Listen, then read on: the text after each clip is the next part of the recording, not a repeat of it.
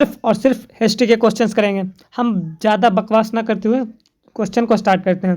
पहला प्रश्न है, कलकत्ता, मद्रास तथा मुंबई उच्च न्यायालय किस वायसराय के कार्यकाल में अस्तित्व में आए? देखिए, तीनों का एक ही बार में चर्चा है। कलकत्ता, मद्रास और बम्बई, तीनों का उच्च न्यायालय किस वायसराय के कार्यकाल में अस्तित्व में आया? तो ये आया था लॉर्ड कैनिंग के। इसका बिल्कुल करेक्ट आंसर लॉर्ड कैनिंग हो जाएगा। ये तीनों का उच्च न्यायालय लॉर्ड कैनिंग के समय में अस्तित्व में आया। नेक्स्ट क्वेश्चन, दूसरा नंबर प्रश्न बोल रहा है कि भारतीय नेपोलियन ने के नाम से आमतौर पर और कौन हिंदू राजा विख्यात है? यानी कि भारत नेपोलियन के नाम से आमतौर पर और कौन एक हिंदू जो राजा है वो कौन है? वो था समुद्रगुप्त। इसका बिल्कुल करेक्ट आंसर हो जाएगा option number B, Samudragupta Bharat के नेपोलियन के नाम से जाना जाता था। नेक्स्ट क्वेश्चन, तीसरा नंबर प्रश्न है आपके सामने, बाल गंगाधर तिलक किससे अपना राजनीतिक गुरु मानते थे? अम्बेडकर जी को, नौरोजी को, पटेल को, इनमें से कोई नहीं। इसका बिल्कुल करेक्ट आंसर हो जाएगा ऑप्शन नंबर ई, सरदार वल्लभ पटेल को।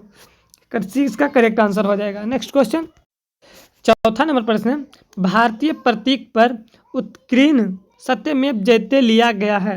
यह लिया गया है मंडको उपनिषद से। यानी कि इसका बिल्कुल करेक्ट आंसर ऑप्शन नंबर ए है, मंडको उपनिषद। नेक्स्ट क्वेश्चन, पांचवा नंबर प्रश्न है, वेद शब्द का अर्थ है?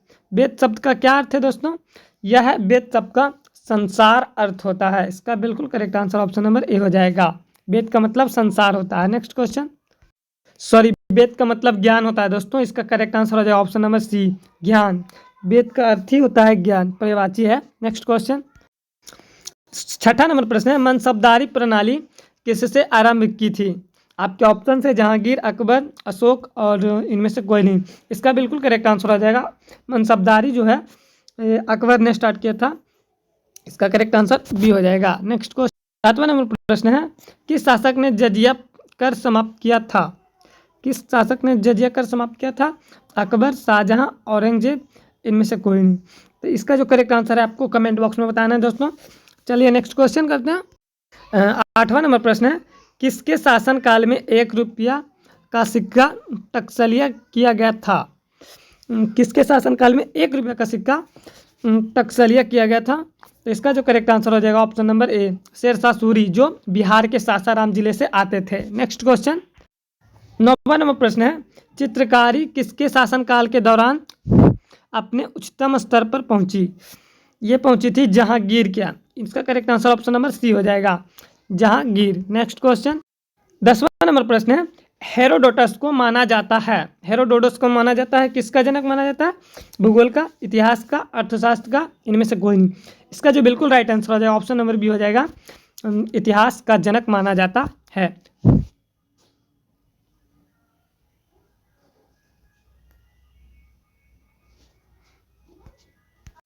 11वां नंबर प्रश्न है, वह व्यक्ति कौन था जिसका नाम देवा नाम प्रियदर्शी था? तो ये था मौर्य सम्राट राजा अशोक का। इसका बिल्कुल correct answer option number B हो जाएगा। नेक्स्ट क्वेश्चन, अगला प्रश्न है, कलिंग का युद्ध किस वर्ष हुआ था? अगर आप 12th में हिस्ट्री पढ़े होंगे तो इसका करेक्ट बिल्कुल आप आंसर मान सकते हैं। इसका बिल्कुल राइट आंसर ऑप्शन नंबर ए हो जाएगा, 261 ईसा पूर्व में कलिंग में लड़ा गया था। नेक्स्ट क्वेश्चन, 12वां नंबर प्रश्न है, मौर्य काल के दौरान शिक्षा का सबसे प्रसिद्ध केंद्र कौन सा था? तो यह था तक्षशिला। इसका बिल्कुल correct answer option number B हो जाएगा, तक्षशिला। नेक्स्ट क्वेश्चन, 13वां नंबर प्रश्न है, अर्थशास्त्र की रचना किसने की थी? चंद्रगुप्त, विक्रमादित्य, कौटिल्य, इनमें से कोई नहीं। इसका बिल्कुल राइट आंसर ऑप्शन नंबर जो है सी है, कौटिल्य। कौटिल्य को श्री 3 नाम थे, एक था कौटिल्य और चंद्रगुप्त को जिसने गद्दी पर बैठाया था वो यही थे। इसका बिल्कुल right answer option number C हो जाएगा।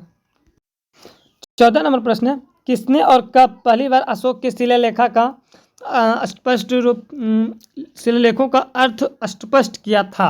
स्पष्ट मतलब साफ साफ बता दिया था। इसका करेक्ट आंसर हो जाएगा 1837 जेम्स प्रिंसेप ने। इसका बिल्कुल करेक्ट आंसर ऑप्शन नंबर ए हो जाएगा, जेम्स प्रिंसेप 1837 में पढ़ा था। नेक्स्ट क्वेश्चन, 15वां नंबर प्रश्न है, मौर्य वंश के तत्काल बाद किस वंश ने आकर मगध राज्य पर शासन किया? तो मौर्य वंश के बाद तत्काल कौन थे? शुंग वंश, कलशुंग और नरसिंह वंश। इसका करेक्ट आंसर हो जाएगा ऑप्शन नंबर ए, शुंग वंश। नेक्स्ट क्वेश्चन 16वां नंबर प्रश्न है, चरक किसके राज्य चिकित्सक थे? चरक तो चंद्रगुप्त मौर्य, विक्रमादित्य, कनिष्क। इसका बिल्कुल करेक्ट आंसर हो जाएगा option number C, Kanishka. Next question 17वां नंबर प्रश्न है, नरम दल और गरम दल के बीच फूट कहाँ और किस वर्ष में पड़ी थी? तो इसका जो करेक्ट आंसर हो जाएगा ऑप्शन नंबर सी हो जाएगा 1911 कांग्रेस सूरत के अधिवेशन में। बिल्कुल करेक्ट आंसर सी हो जाएगा। नेक्स्ट क्वेश्चन 18वां नंबर प्रश्न, लाला लाजपत राय किसके विरुद्ध प्रदर्शित कर रहे थे जब वे पुलिस निष्ठता का शिकार हुए? तो ये साइमन कमीशन का कर रहे थे। इसका बिल्कुल correct answer option number C हो जाएगा, साइमन कमीशन। नेक्स्ट क्वेश्चन 19 नंबर प्रश्न है, पुनः समझौता महात्मा गांधी और किसके बीच हुआ था? तो ये जो हुआ था भीमराव अंबेडकर के बीच हुआ था। बिल्कुल correct answer option number B हो जाएगा। नेक्स्ट क्वेश्चन 20 नंबर प्रश्न है, मुस्लिम लीग की स्थापना किस वर्ष हुई थी? इसका जो बिल्कुल right answer option number B हो जाएगा 1906 ईस्वी में हुआ था। नेक्स्ट क्वेश्चन 21 नंबर प्रश्न है, भारत के राष्ट्रवादी नेताओं ने साइमन कमीशन का बहिष्कार किया था क्योंकि साइमन कमीशन के सभी सदस्य अंग्रेज थे। इसका बिल्कुल करेक्ट आंसर ऑप्शन नंबर ए हो जाएगा। नेक्स्ट क्वेश्चन 22 नंबर प्रश्न है, सर्वेंट्स ऑफ इंडिया सोसाइटी के संस्थापक कौन थे? ये थे जीके गोखले। इनका बिल्कुल करेक्ट आंसर ऑप्शन नंबर ए हो जाएगा। नेक्स्ट क्वेश्चन, बुद्ध किस वंश से संबंधित है? तो ये थे शाक्य वंश। इसका बिल्कुल करेक्ट आंसर ऑप्शन नंबर ए हो जाएगा, शाक्य वंश। नेक्स्ट क्वेश्चन, बुद्ध ने अपना प्रथम प्रवचन कहाँ दिया था? जयपुर, सारनाथ, पटना, इनमें से कोई नहीं। इसका बिल्कुल correct answer option number B हो जाएगा, सारनाथ में। नेक्स्ट क्वेश्चन, इस वीडियो का लास्ट प्रश्न, आरंभिक बौद्ध साहित्य किस भाषा में रचे गए थे? ये सभी पाली भाषा में थे। इसका बिल्कुल करेक्ट आंसर ऑप्शन नंबर ए हो जाएगा, पाली। नेक्स्ट क्वेश्चन, इस वीडियो का लास्ट क्वेश्चन यही था दोस्तों। मिलते हैं नेक्स्ट वीडियो में।